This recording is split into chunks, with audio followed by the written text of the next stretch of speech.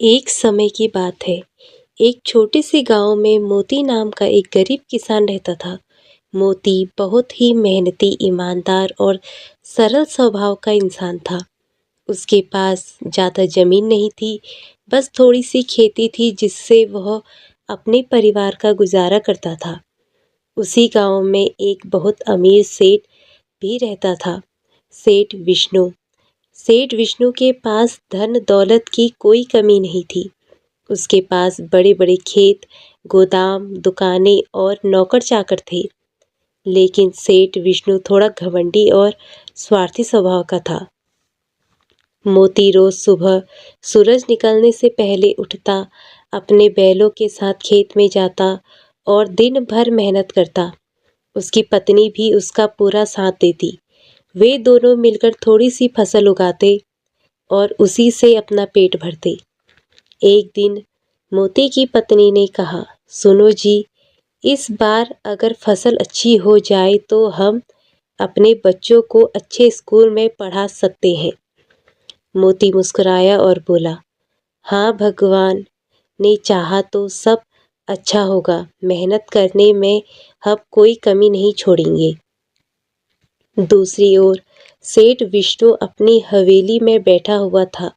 वह अपने नौकरों को आदेश दे रहा था कि इस बार फसल जल्दी बेचो और ज़्यादा मुनाफा कमाओ। किसानों को कम दाम दो ताकि हमें ज़्यादा फायदा हो। एक नौकर ने डरते डरते कहा, सेठ जी, अगर हम किसानों को सही दाम नहीं देंगे तो वे दुखी हो जाएंगे। सेठ हंसते हुए बोला, अगर किसान हमेशा दुखी ही रहते हैं, हमें अपने मुनाफे से मतलब है। कुछ दिनों बाद गांव में भयंकर सूखा पड़ गया। बारिश बिल्कुल नहीं हुई, खेत सूखने लगे, मोती की फसल भी बर्बाद होने लगी। मोती बहुत परेशान था, लेकिन उसने हार नहीं मानी। वह रोज खेत में जाकर पानी के लिए नए उपाय सोचता।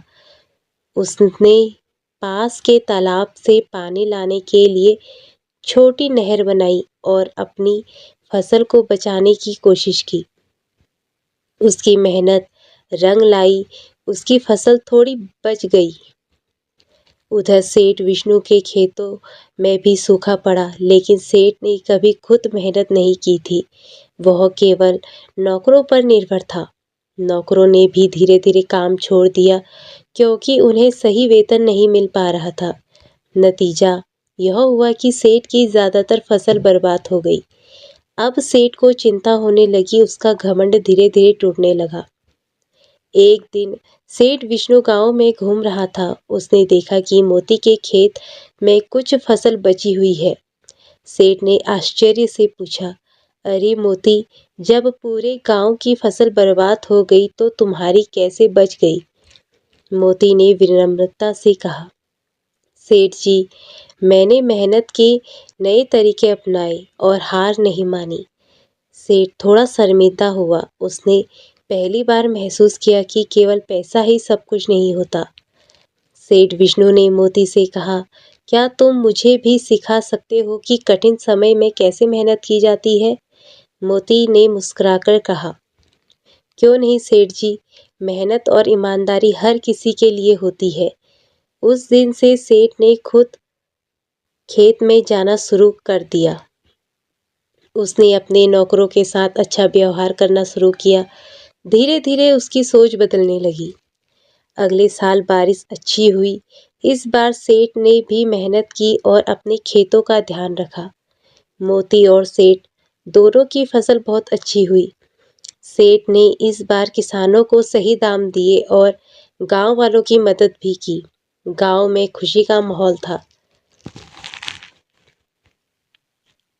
एक दिन सेठ विष्णु ने पूरे गांव के सामने कहा, मैंने आज सीखा है कि असली धन मेहनत, ईमानदारी और दूसरों की मदद में है। मोती ने मुझे जीवन का सबसे बड़ा सबक सिखाया है। मोती ने विनम्रता से कहा, हम सब एक दूसरे से सीख सकते हैं, बस मन में सच्चाई और मेहनत होनी चाहिए। तो इस कहानी से हमें ये सीख मिलती है कि मेहनत कभी बेकार नहीं जाती। घमंड इंसान को गिरा देता है। कठिन समय में धैर्य और समझदारी ज़रूरी है। सच्चा धन इंसानियत और ईमानदारी है।